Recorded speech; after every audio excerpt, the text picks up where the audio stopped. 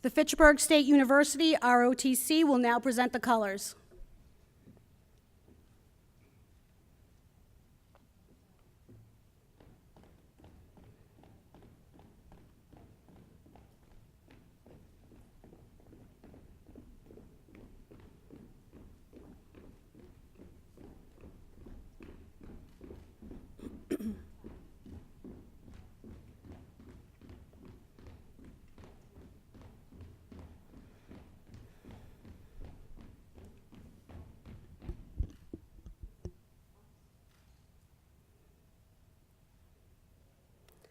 Please join 2018 Fitchburg State University graduate, Miss Amani Veras, in the singing of the national anthem. Present horse.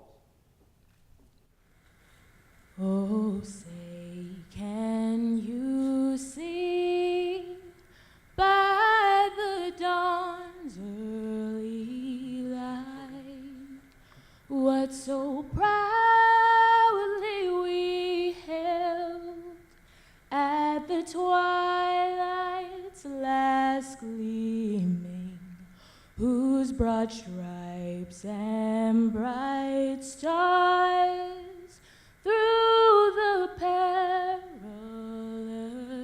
fight o'er the ramparts we watched were so gallantly streaming, and the rocket's red glare, the bombs bursting in air, gave proof through the night that our flag was still there. Oh, say, does that star-spangled banner yet wave o'er the lands of the free and the home of the brave? Class order. Horse.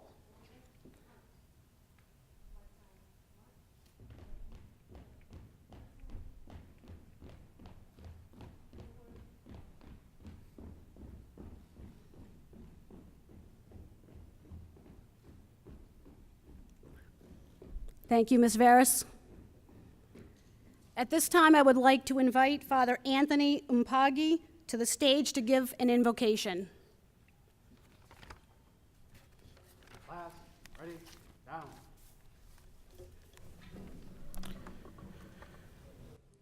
We thank you, Almighty Father, for bringing everyone together for this event. We thank you in a special way for this class of eager law enforcement professionals who have answered your call to do justice, to love mercy, to walk humbly in your presence. You, Lord, teach man to pursue peace, righteousness, and justice, to make a world a better place. These men and women are now to join those who wear a badge of goodness and truth.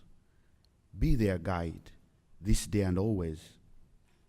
Give them faith, give them strength, give them stamina and compassion to do their job to enforce the laws of our society with honor and dedication. May they enjoy peace and harmony they seek to bring to the world with their family and friends and those who have helped them in this journey.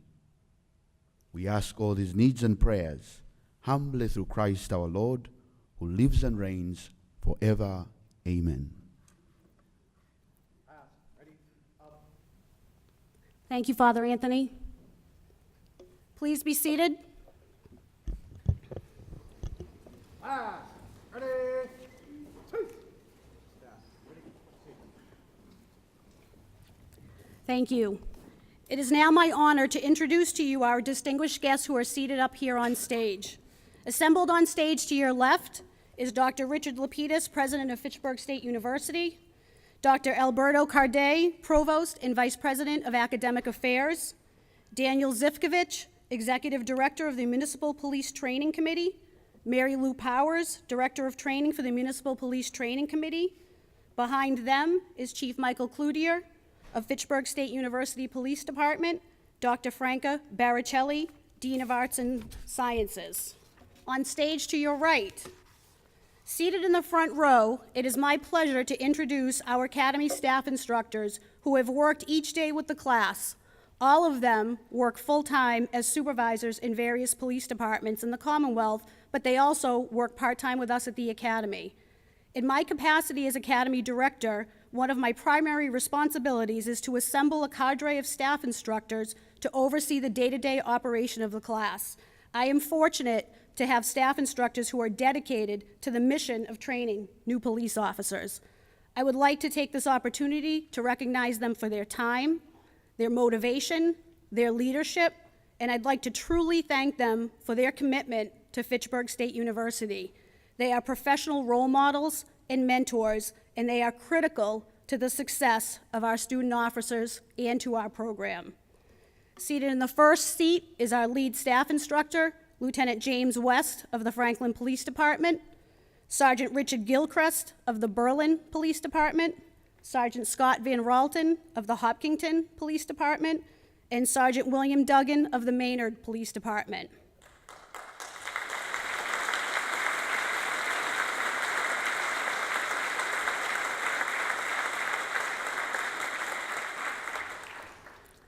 Seated behind them are the physical training instructors for the Academy. These gentlemen work with this class almost every single day to make sure that they are conditioned and are in good enough shape to protect themselves in the communities when they go out and serve. They give of their time. They come here for 2 hours a day every morning, 7 to 8:30, and they make sure that they give their best and they teach these student officers what it means to live a healthy and a well-balanced life. Without them, we would not be able to do what we do either. Our lead PT instructor, Mr. Eric Bailey, is on the end. Next to him is our PT instructor, Mr. Anthony Dagnello. And next to him is our PT instructor, Officer James O'Brien of the Grafton Police Department.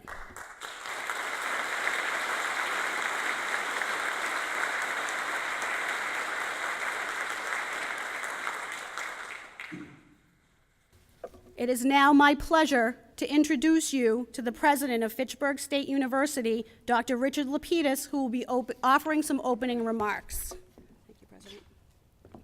Thank you, Lisa. Well, good afternoon. Thank you for joining us this special day. There are quite a number of parents, family members, friends, proud, I'm sure. Thank you for coming, and welcome to Fitchburg State. I'd also like to recognize a number of other individuals that are here today. Representative Stephen Hay is with us. I saw Stephen. You got moved back there. Okay. Mayor DiNatale from Fitchburg. Mayor Mazzarella is back there. Thank you for coming. We have a number of city councilors, Councilor Squalia, Zarella, Walsh, Fleming. Thank you for being here. A number of trustees from my board, Lynn Barrio, Deb Phillips, David Tiernan, Anna Clemente, thank you for being here as well. From Fitchburg, Chief Martineau is here. Chief, thank you for being here. Also, Chief DeMora, who was a big part of starting this program, is here. And I'd also like to thank the other police officers from the surrounding cities for all that you do every day and for being here to support our graduates.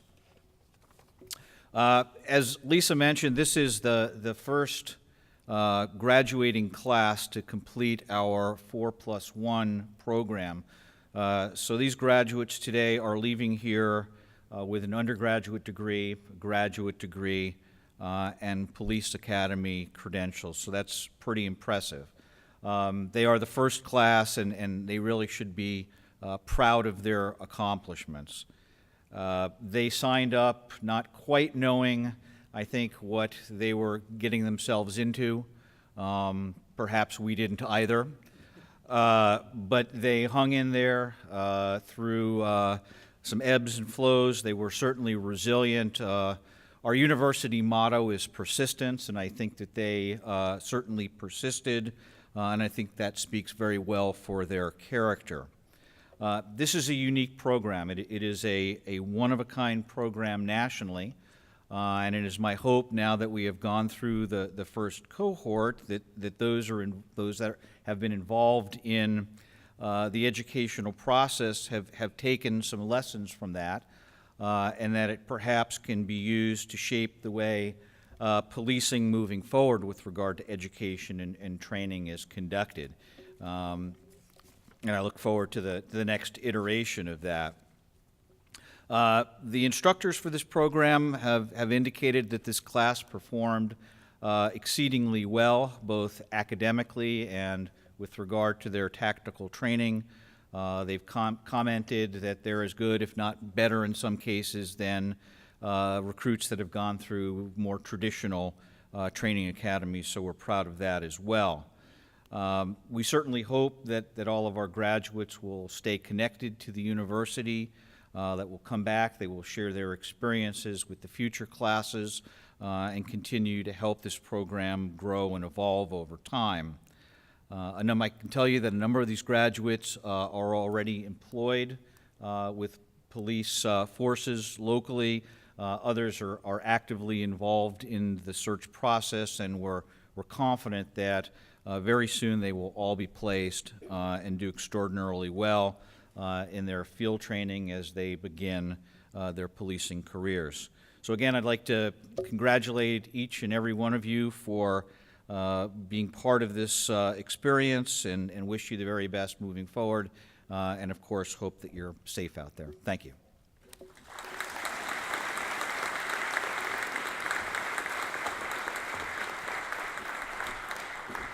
Thank you, President Lapidus. It is now my honor to invite the Municipal Police Training Committee Executive Director and my former boss on stage to the podium to say a few words. Thank you, sir. Be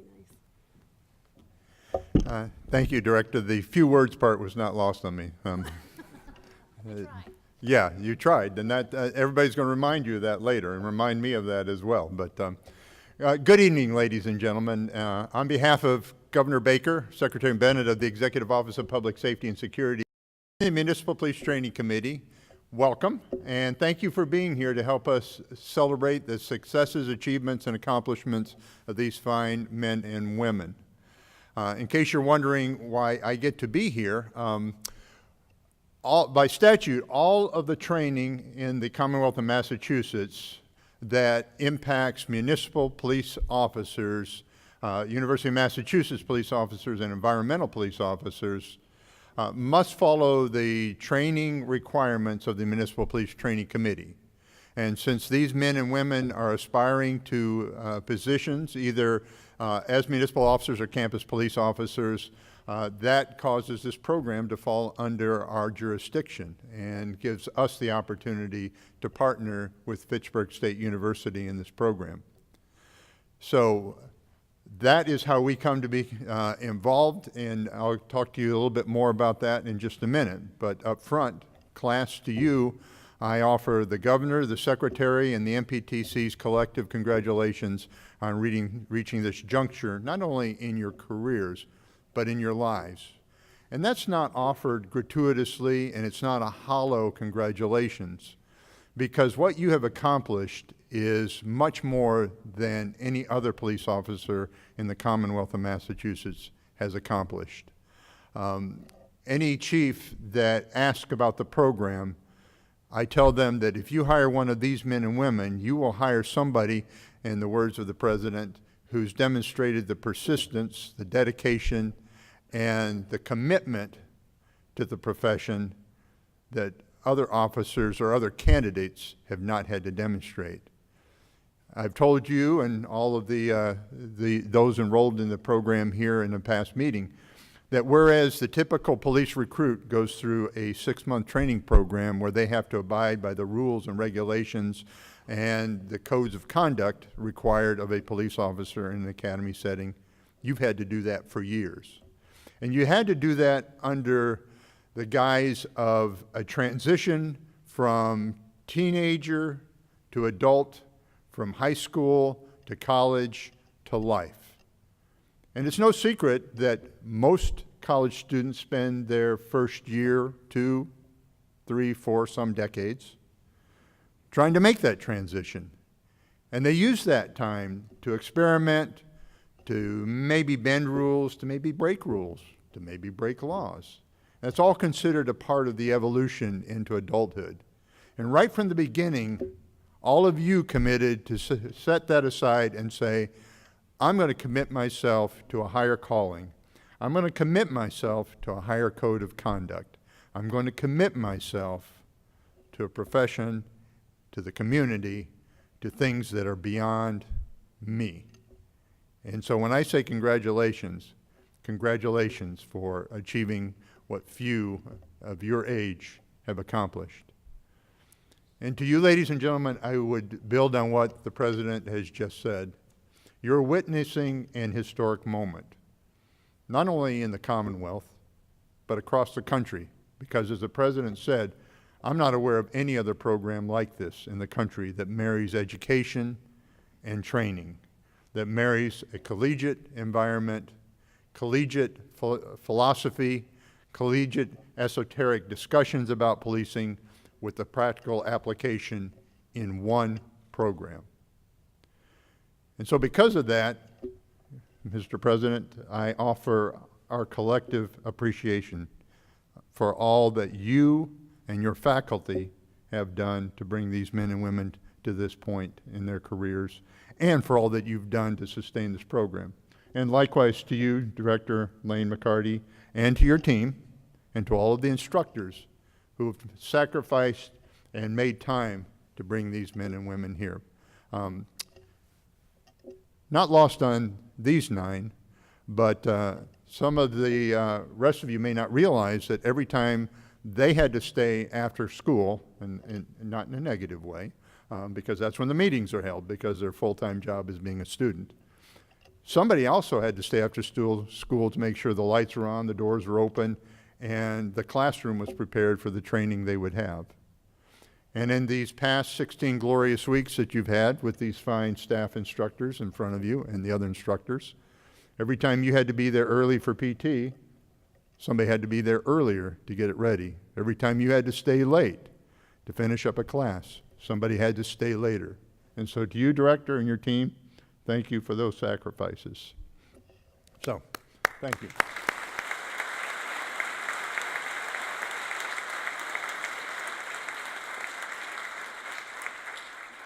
Because this is an historic moment, I feel compelled, and I think it's appropriate to spend a little more time giving our appreciation to you, President Lapidus, and your team and your faculty. Because this day has been 5 years in the making. From the time that Fitchburg State first reached out to the Municipal Police Training Committee and said, what do you think? And we all sat down collectively and said, not so sure what I think. Let's talk about this. And we talked about it. And we talked about it some more. And we talked about it some more. And then we decided that we could go beyond talking. There was some merit. There was some nugget here that we could build upon. But you know something? That wouldn't happen without the commitment of the President and the commitment of the faculty.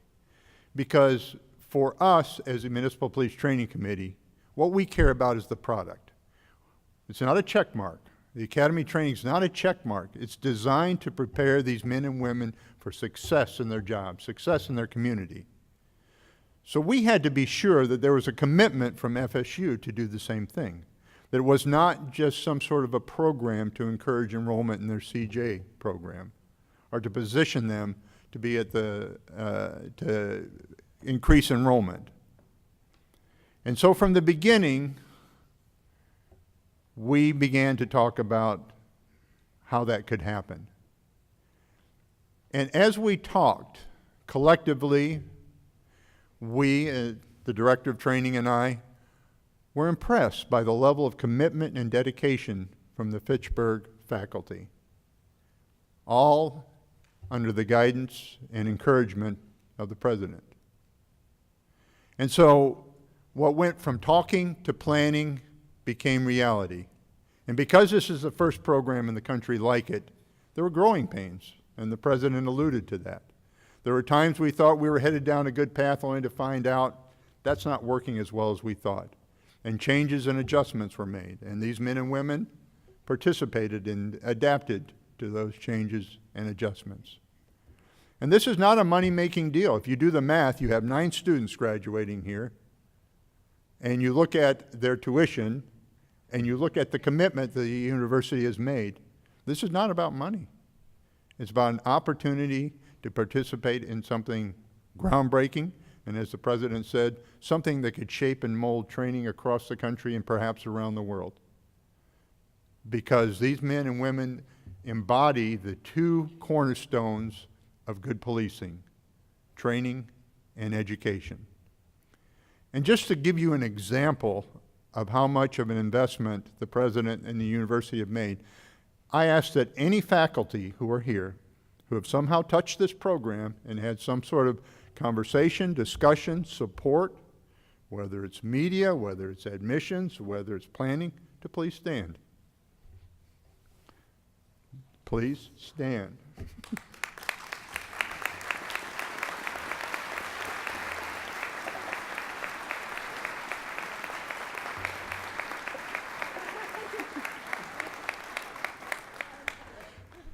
You look at the caliber of these men and women who are just standing: doctors, professors, faculty, staff. That is the level of commitment. So, Mr. President, a belabored thank you.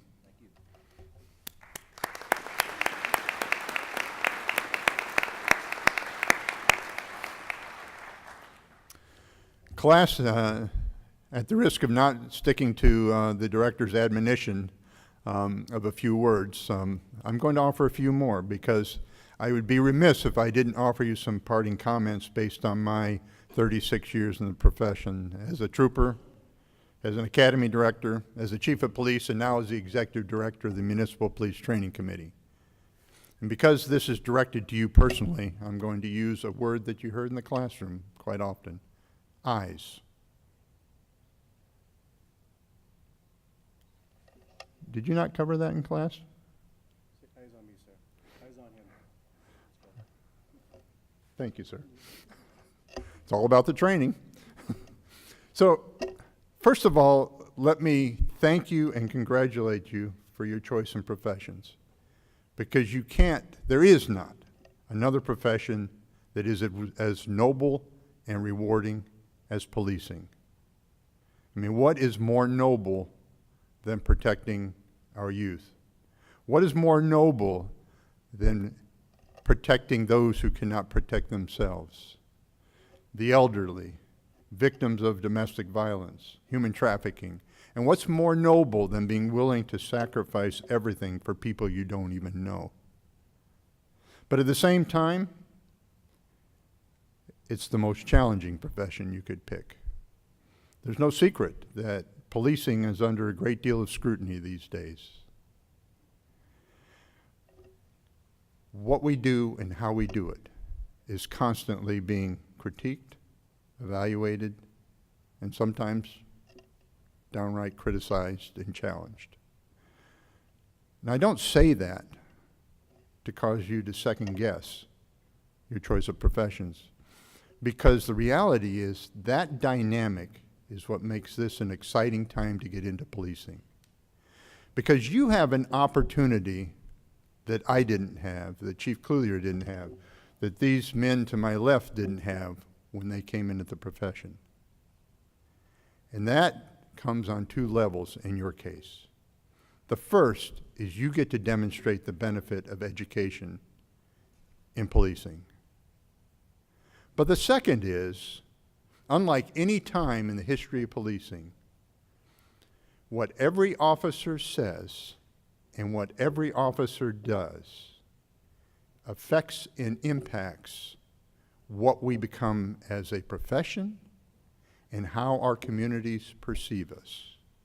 Because for the first time in policing, everything you say, everything you do, could be broadcast around the world within minutes. And I don't say that to scare you. I say that to say that you have an opportunity. That should excite you. Because if you're doing your job the way you've been trained to do it, you'll be proud to be a representative of our profession. And to maybe give you some framework for how that can look, I have 4 challenges for you as you leave here today and head out to join our profession. The first is to remember that by law and by definition and by profession, you're police officers, not law enforcement.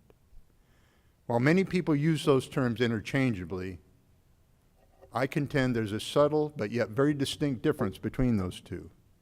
Because if you go to work every day thinking that your job is law enforcement, you will think that your job is to write tickets and make arrests. And I contend that's just a very small part of your job. If instead you go to work every day realizing that you're police officers, you will remember that your job is to protect and to serve, and that tickets and arrests are but 2 of the hundreds of options that are available to you in any given situation. So remember, you're police officers, not just law enforcement. My second challenge to you is to serve with honor. And in our profession, honor means keeping the promises you make. The promises you make to the community, the promises you make to the profession.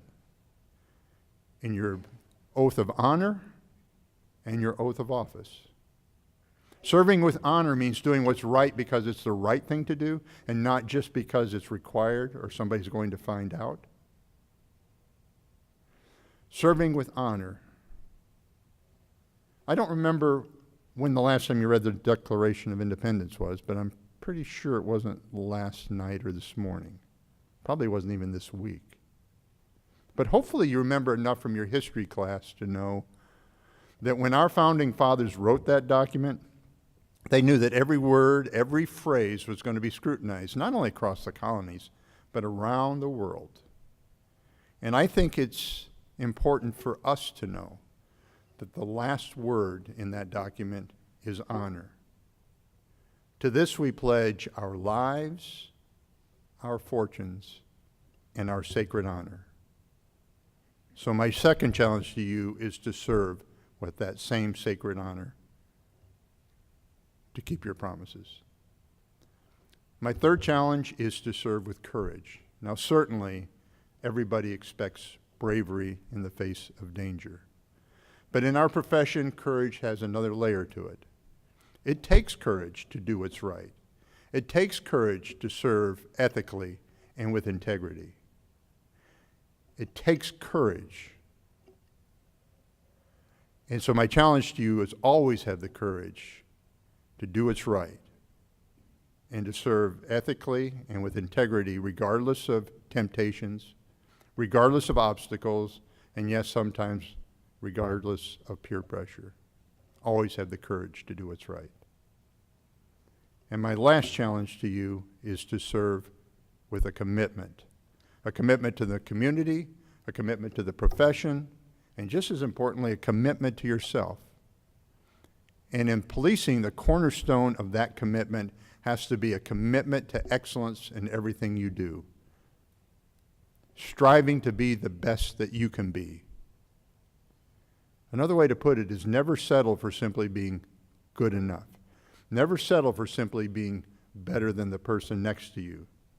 Never settle for just enough to stay out of trouble, to get a promotion. Because there is no room for good enough in policing. There is no room for mediocrity in policing. Always strive to be the best that you can be, not compared to somebody else. Now you've been tested, retested, and tested yet again. You've had practical exercises, countless written tests, scenarios, and yet, you've not had the final exam. No, Director McCarty and the team are not going to take you out in the hallway into the classroom and give you another written test. The reality is, the final exam, where we gauge what you know, is when you put on that badge and head out to your first shift. Because at that point, 70%, 80%, 90%, and sometimes, yes, sometimes even 110% is not enough. Nobody wants a police officer showing up that's only 90% good at police work. You have an obligation to always be the best that you can be.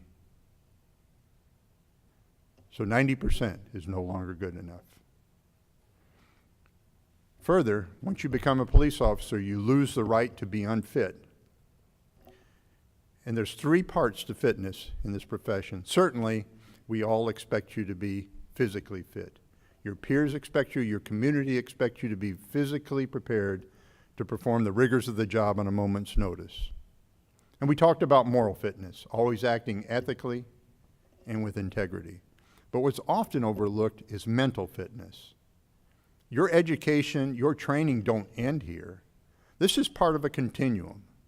If you are constantly striving to be the best that you can be, you will ask, you will watch, you will read, you will attend training, you will further your education, because only then can you strive to be the best that you can be.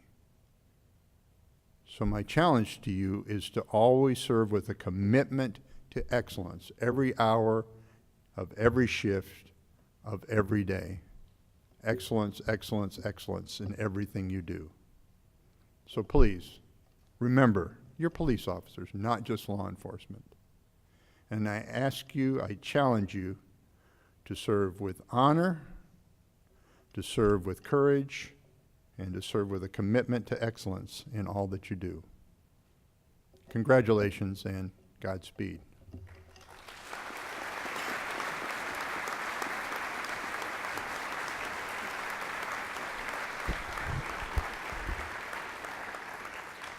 Thank you, Director Zivkovich. Those were a few words. Few words, yes. And I always don't like going after you either. All right, so it's my turn to talk to you today, and honestly, I am honored to have the opportunity to address you all today. I usually like to ad-lib these speeches, but it's too important today, and I don't want to forget anything, and I don't want to miss anything. So I might ad-lib a little bit, we'll see. It'll be much shorter than the director's, though. He earned that right, though. I have so much I can say and so much I want to tell you about these 9 student officers that are sitting in front of you, but I have promised everyone involved that I will keep my remarks brief, which if you know me is going to be pretty hard, but I'll try. I first really want you all to know just a little bit about what it took for these student officers to get here today, because it has not always, as you've heard, been a straight and easy path for them. They signed up for a pilot program 3 years ago, not knowing what the heck it entailed, and they rolled with it. They got me as an academy director 20 months ago, and I came in and changed everything, and yet they rolled with it. As we fine-tuned the program and got ready for the academy, we threw last-minute curveballs their way, and yet they rolled with it.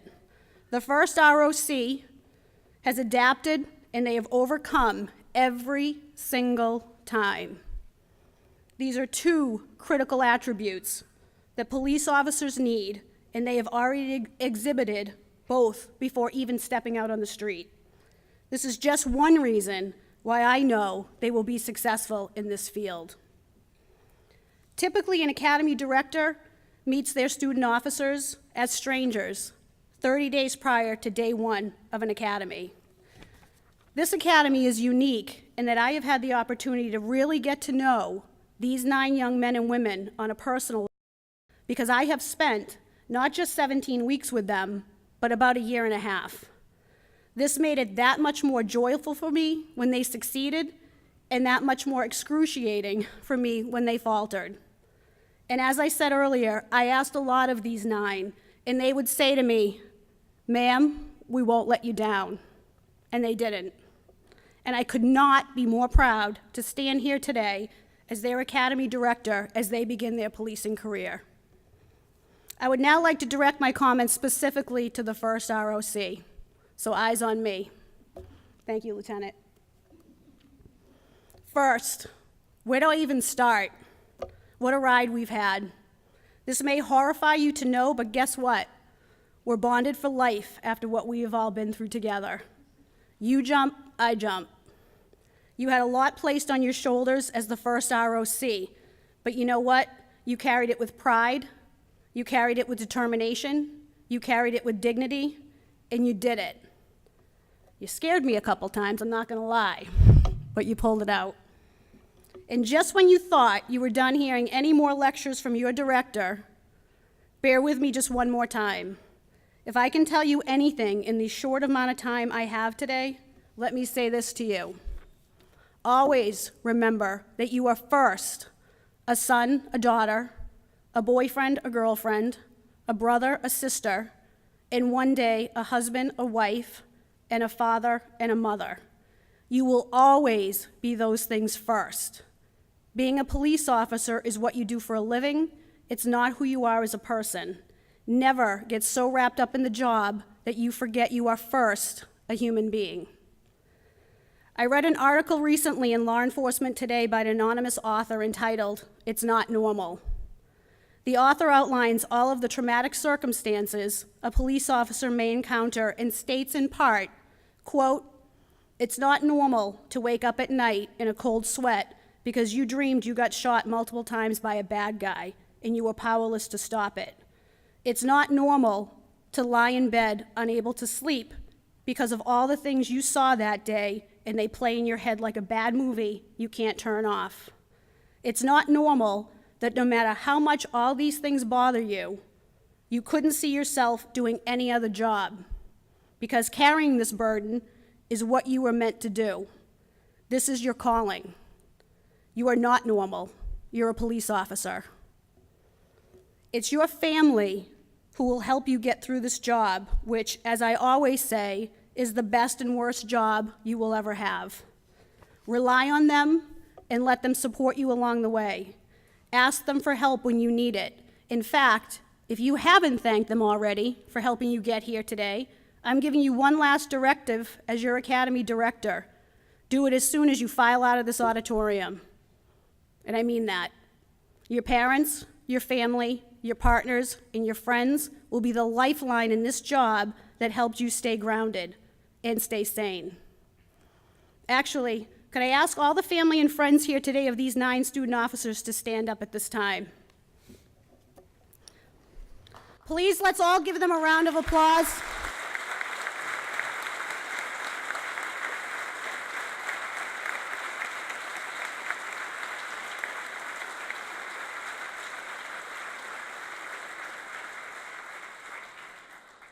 Guess what, family and friends? You earned it too. Thank you. First ROC, always make sure that you go out there and you serve with honor, integrity, and pride. You've already heard that today, and you will hear it multiple more times in this career. As the Greek Stoic philosopher Epictetus said, quote, "If evil be spoken of you, and it be true, correct yourself. If it be a lie, laugh at it. Be a force for good, be an agent for change. You will see the very best in people and the very worst in people. This job will challenge you, but don't let it break you." I quoted Epictetus to hopefully impress my academic colleagues in here. Is Professor Gromitstein here? She's gonna, yes. Win, president. Good, right? Okay, all right. But now let me try and impress my police colleagues by ending with one last bit of advice from a very wise man, Mr. Rocky Balboa. Quote, "The world ain't all sunshine and rainbows. You, me, or nobody is gonna hit as hard as life. But it ain't about how hard you hit. It's about how hard you can hit and keep moving forward. How much you can take and keep moving forward. That's how winning is done. Go out there and win. Be safe always. Congratulations and best of luck to you all."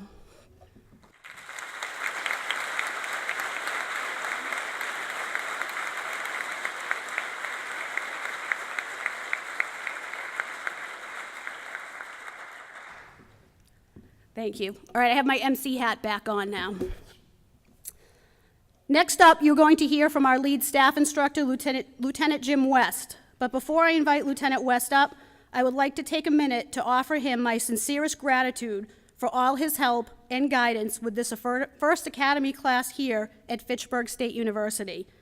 Lieutenant West is a seasoned and well-respected staff instructor, having worked with hundreds of student officers in over 10 recruit officer courses over the years.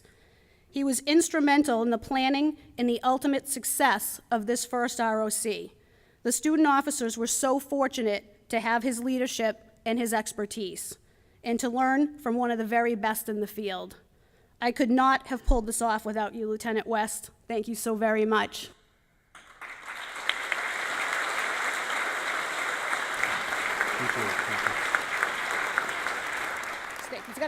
He's got to stay because he's up next.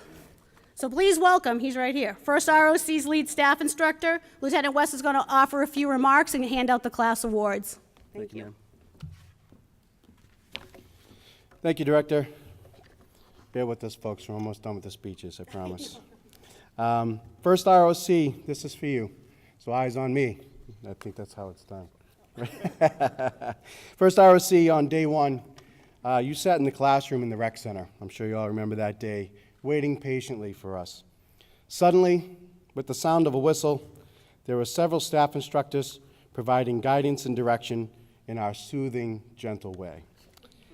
So we soon headed to the gym, and we neatly spread your gear on the floor and then helped you repack your bags in a neat and organized manner.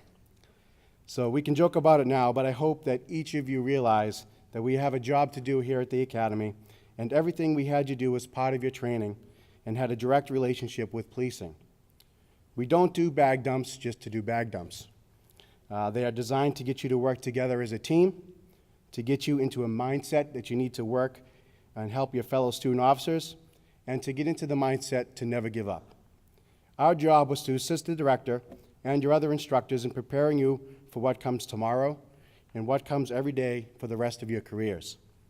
We did everything in our power to instill the honor, discipline, and integrity needed to succeed in this profession.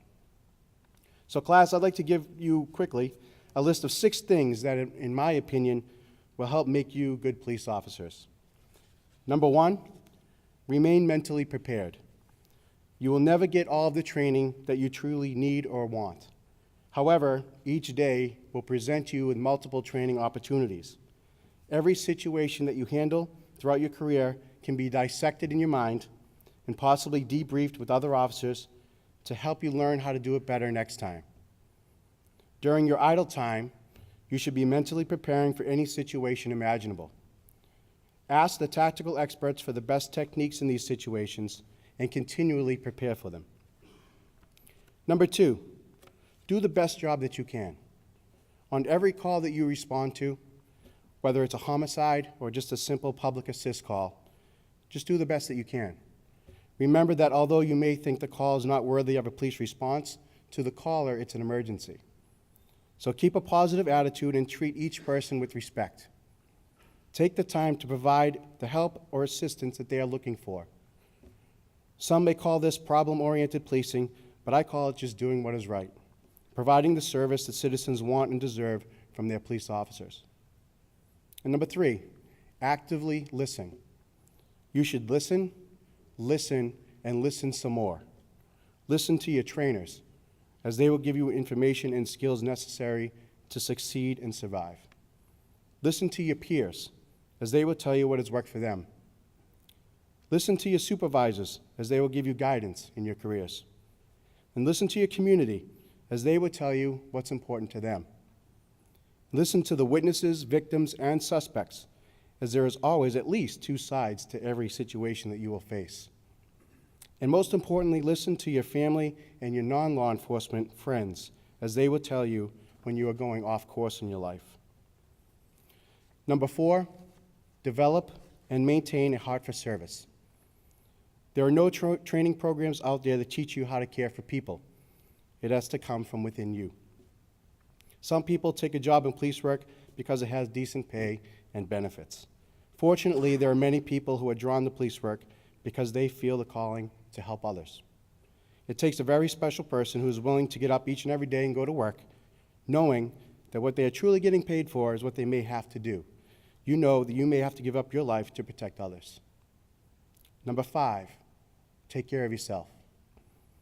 Nothing can prepare you for some of the things that you will see as a police officer. Sadly, you are going to see things and deal with situations that will have a negative impact on your life. These mental traumas in police work have a cumulative effect, and every person has a breaking point. You must find ways to productively release those traumas. Physical exercise, by any method you choose, is a great way to release some of your anxieties, but the best way is to just simply talk about it. Find a trusted person outside of your inner circle that's really good at listening and lean on them. If you do not take care of yourself, and if you let those traumas build, it will slowly tear you down and tear down your family. And finally, 6, set priorities in your life. To be the best in police work, you have to have a balanced life. You always have to remember what is most important in your life and work hard to not lose sight of that. What's really important are not the people sitting up here on stage. It's not the chiefs of police or the dignitaries or the directors. It's not the people wearing badges, patches, or uniforms. Most important are the people sitting right behind you. Your mothers, fathers, significant others, grandparents, and other family members. I'm sure they have supported you during the academy, and it's easy to see today that these people are important to you. But 5, 10, 15 years into your career, when you are spending the majority of your time with other police officers, it might become a little bit more harder to see that. So please do not ever forget that your family is more important than your career. So as you leave here today, please remember these traits. Remain mentally prepared. Do the best job that you can. Listen. Set priorities in your life. Take care of yourself, and maintain a heart for service. You must intertwine all of these traits along with the knowledge and tactics that we have provided you during the academy. If you can do this successfully, you will become a good police officer and go on to do great things. So congratulations, thank you for your hard work, good luck, and stay safe.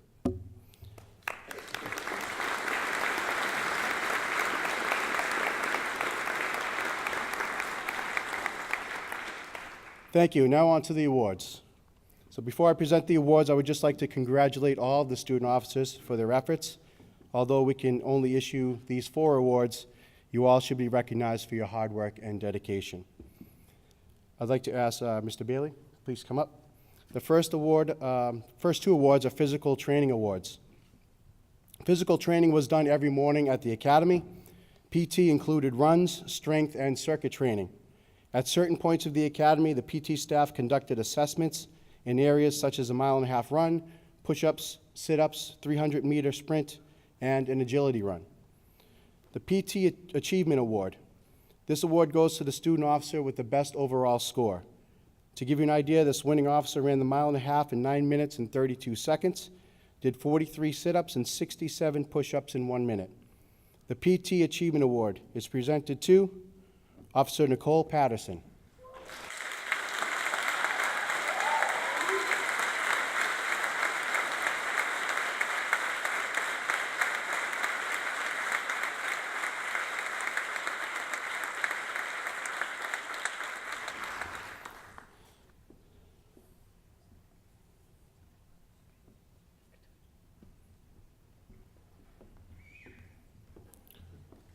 I'd like to ask Mr. Dagnello to please come forward to present the PT Most Improved Award.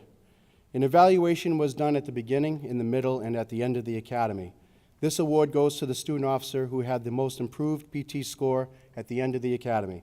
This officer improved his PT score by 45.6%. The PT Most Improved Award is presented to Officer Nicholas McLaughlin.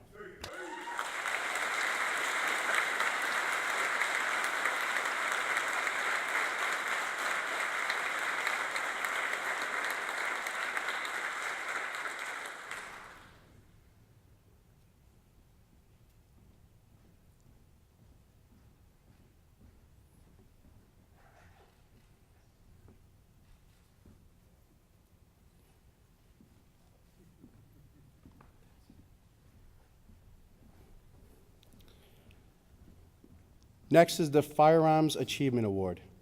The class had a full week of firearms training on the range, as well as a day of weapon safety prior to going out to the range. During our firearms training, the class had to qualify with their firearms multiple times. They also participated in a challenging course which combined all of the skills that they had learned during the week. This course was timed and penalty time was added for each miss. All of their qualification scores were combined with the score from the combat course, and the award goes to the student officer with the best overall score. The Firearms Achievement or Top Gun Award is presented to Officer Tyler Frady.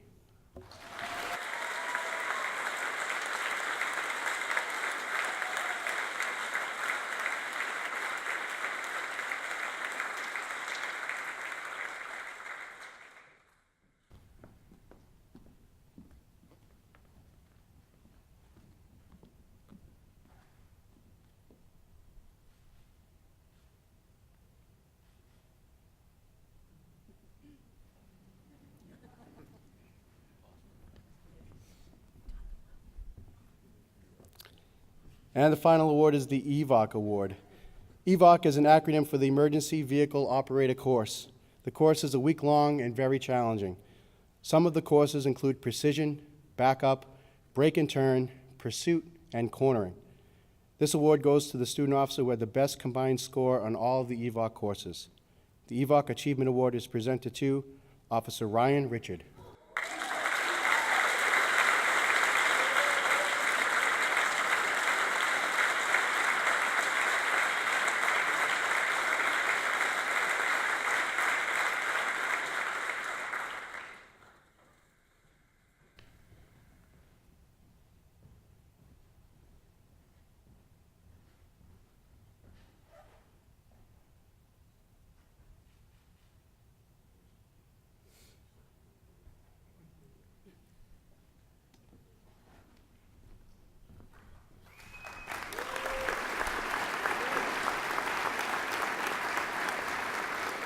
Congratulations to all the award recipients. Thank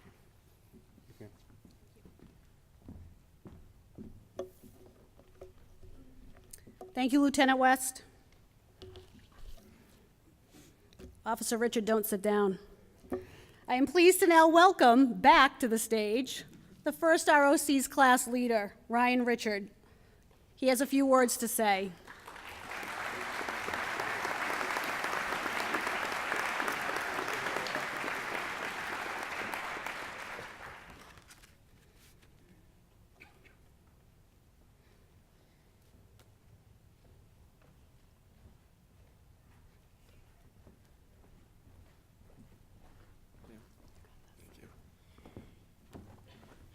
Good afternoon. I want to start off by saying thank you to Director Lane, drill instructors Lieutenant West, Sergeant Van Ralton, Sergeant Duggan, and Sergeant Gilchrist, and PT instructors Mr. Eric Bailey, Mr. Tony Dagnello, Officer James O'Brien, and Officer Michael Fitzgerald for committing their time to us and educating us with the tools we will need to be successful. I also want to thank Fitchburg State University for believing in this program and allowing it to happen. To our family and friends, thank you for your support and unconditional love through the good and bad times along this journey. To my classmates, I am beyond grateful to have gotten to know you and be by your side throughout this experience. Let's get real though. I'm pretty certain that we are all thinking how nice it will be not to ever have to wear those khakis again. Una stamus, which translates to, we stand as one. Today, the first ROC stand in front of you as 9 individuals, bonded by the same goal. When this journey started 17 weeks ago, we were unsure, nervous, weak, and excited for what our future held in front of us. From our first encounters with the drill instructors with the whistles, running back and forth to the discipline, integrity, and honor signs, we knew this was going to be a great but difficult task at hand. We learned how to pack our duffel bags with time to spare after about 10 times, but we finally did it. We learned that railroad tracks on our uniform were only for trains and not to be on our tire. As a class, we have experienced blood, lots of sweat, tears, and the occasional arm that came out of place. We learned that we are not 9 individuals anymore, but we are a team. Teamwork is essential in this profession because you are as strong as your weakest link. This leads to the saying, no one gets left behind. Our instructors have molded us to be who we are today, police officers and mostly graduates. This class has experienced a lot together, from learning how to eat in silence, how to get from point A to point B on the correct side of the hallways on time, and how to organize and know where your equipment is at all times, knowing your physical limitations, and all the practical sessions that educated us on being police officers. We cannot forget our best friend though, our water bottle. We had to know where that thing was at all times, and if you didn't, boy, you were going on a hike. One of the most important lessons that we learned in this academy was to know your surroundings at all times and who you were dealing with. We had the honor in attending Sergeant Michael Chesna's funeral, an aspect that most recruits will never experience. It was an honor in the most respectful way possible to have been a part of this experience and see how a hero had fallen in the ultimate sacrifice in this profession. I know my classmates and myself will always carry this memory for the rest of our lives. I want to leave my classmates with these final words. I would walk into any situation with you not knowing the outcome. We are family born, not from bloodline, but bonded in life by a blue one. Thank you for the experience, the laughter, the anger, and the love we have all had throughout the 17 weeks. Ladies and gentlemen, I introduce to you, my brothers and sisters, the first ROC class of 2018.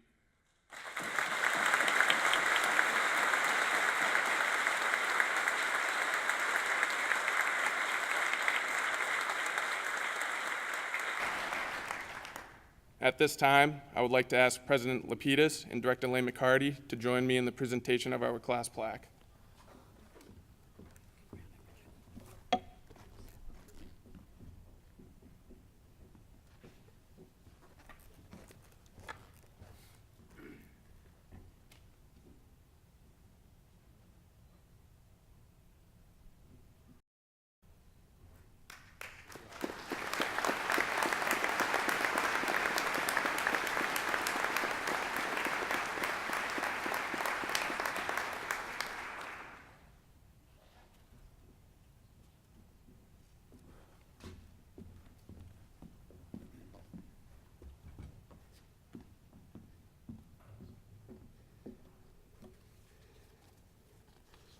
Thank you, Officer Richard, and thank you, First ROC.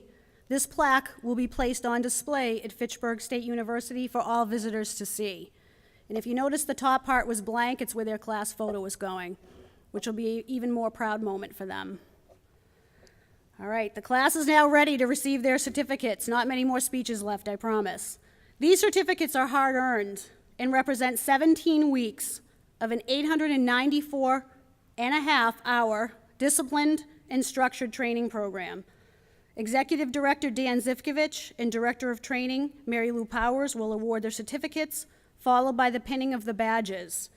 For the badge pinners and family members who will be coming forward, please wait until the entire class has received their certificates, and then I will invite you up for the badge pinning and any photos you'd like to take. The pinners will come forward once the class is in position in front of the stage. Please hold your applause until all the certificates have been awarded.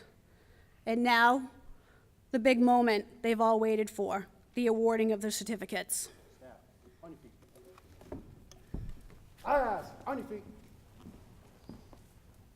Right, face. Forward, arch.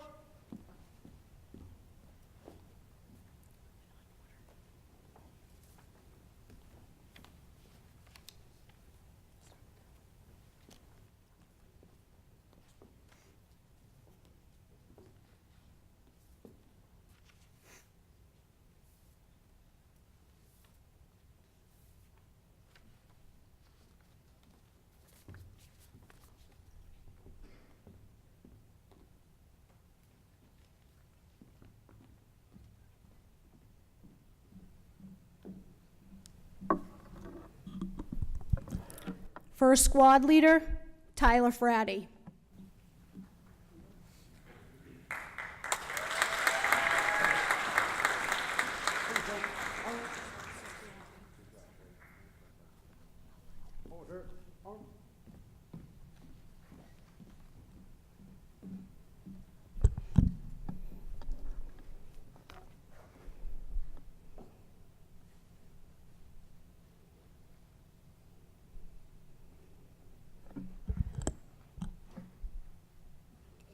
Class Guidon Bearer, Clarissa Taylor.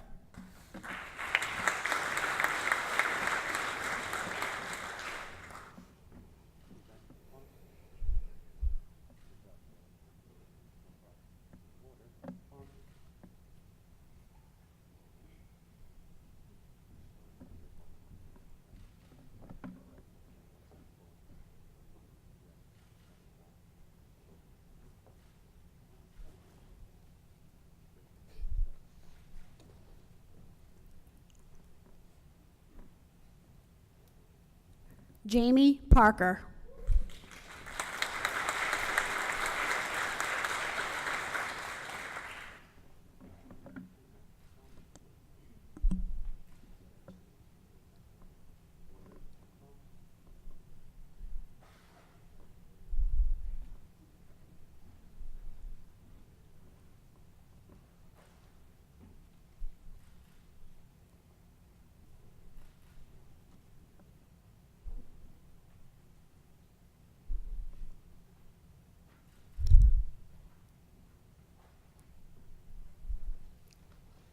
Jonathan Paiva.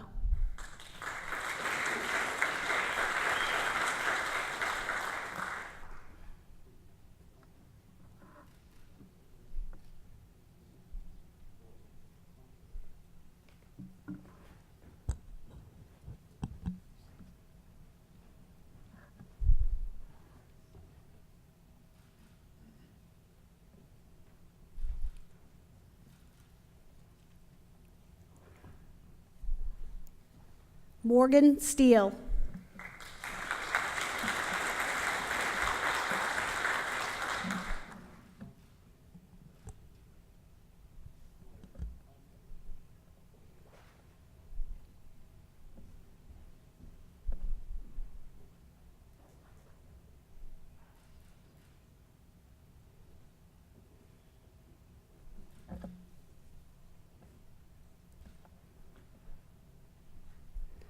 Second Squad Leader, Nicholas McLaughlin.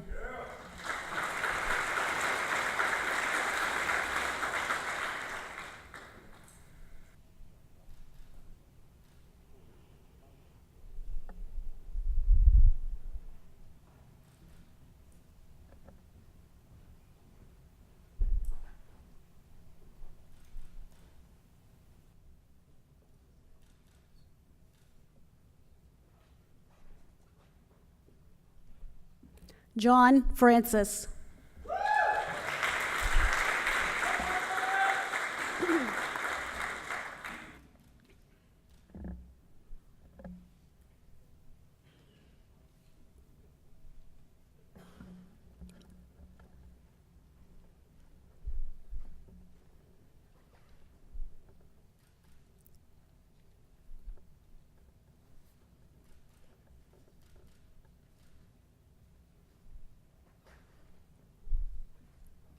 Nicole Patterson.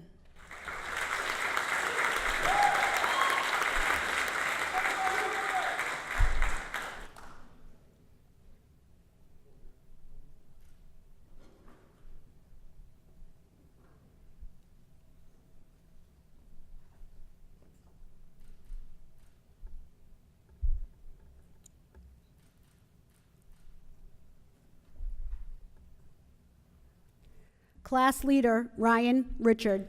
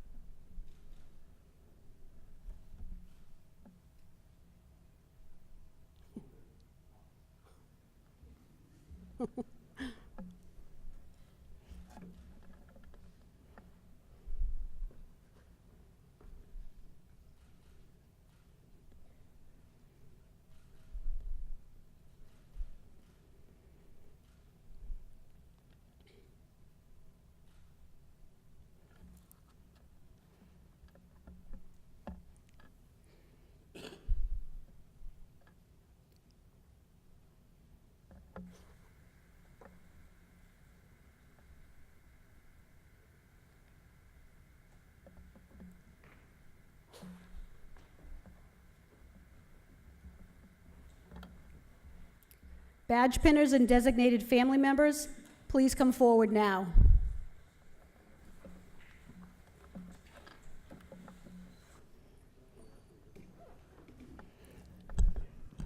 Officer Tyler Fratty is being pinned by his girlfriend, Serena Torres, and his sister, Zoe Fratty. Officer Clarissa Taylor is being pinned by her mother, Iris Rebo, and her best friends, Jessica Miranda and Ella Romano. Officer Jamie Parker is being pinned by her father, Stanley Parker.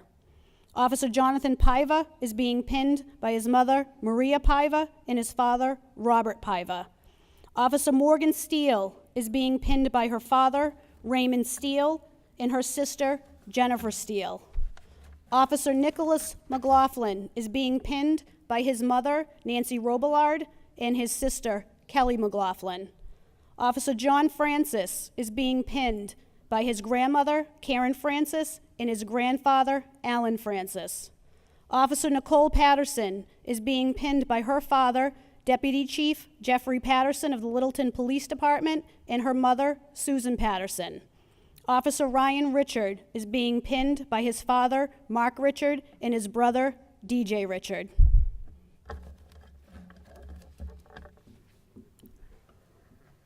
Congratulations to the first ROC on receiving their certificates.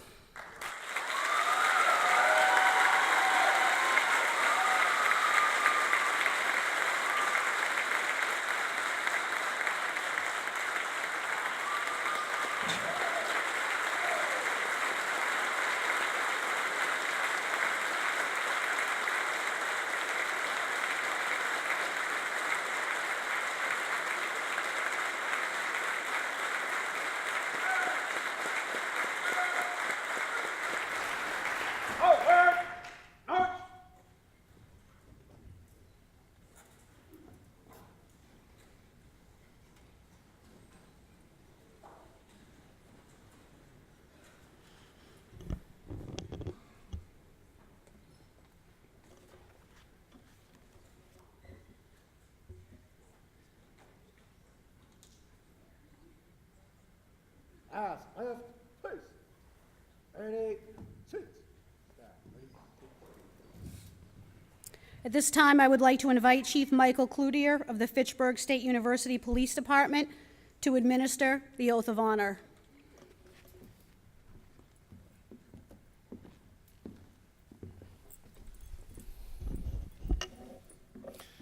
And now, as a statement of your affirmation to uphold the high standards required of law enforcement, I ask you to take the law enforcement oath of honor.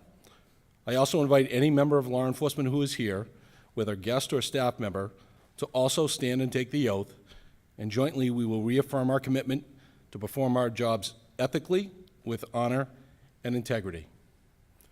Lieutenant West, please instruct the class to stand at this time. Ask, on your feet. Please raise your right hand and repeat after me. Ask, ready, up. On my honor.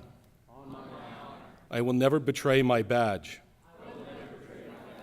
My integrity. My character. Nor the public trust. I will always have the courage to hold myself and others accountable for our actions. I will always uphold the Constitution and the community I serve. Thank you. Ask, ready, down. Ask, ready, seats. Thank you, Chief Cloutier. It's the tradition of the Academy to transfer the yeah, it's almost done. Hang in there. Let me start that again. It's the tradition of the Academy to transfer the class guidon to Academy staff, and we will continue that tradition by asking the class guidon bearer, Clarissa Taylor, to come forward and present the guidon to the Academy staff.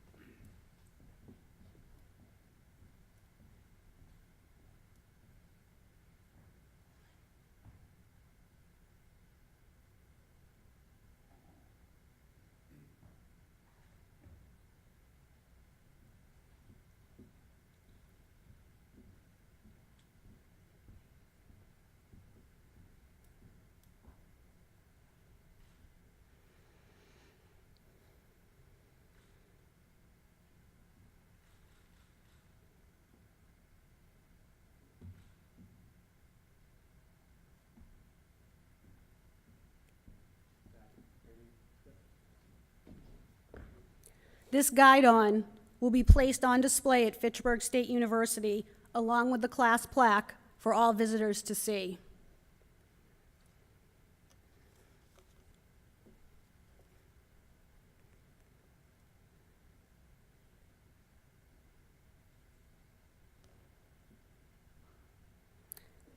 At this time, I would like to ask Lieutenant West to dismiss the class for the last time. Once this is completed, this will conclude our ceremony for today. Thank you all for attending and for sharing this memorable occasion. We invite you to join us outside on the lawn for a reception with light refreshments. The auditorium and stage will be available to stay if you'd like to take pictures. We're hoping to capture a class picture on stage, just the Academy staff and us, so that might be a good opportunity as well. Lieutenant West, please dismiss the class. Pass. What's the count on deck? Sir, the count on deck is 9, rock, tough, lean and mean, highly motivated, downright dedicated, well-trained officer, sir! Pass. Upon my command, you will be dismissed for the last time. Congratulations, first ROC. Pass. Dismissed.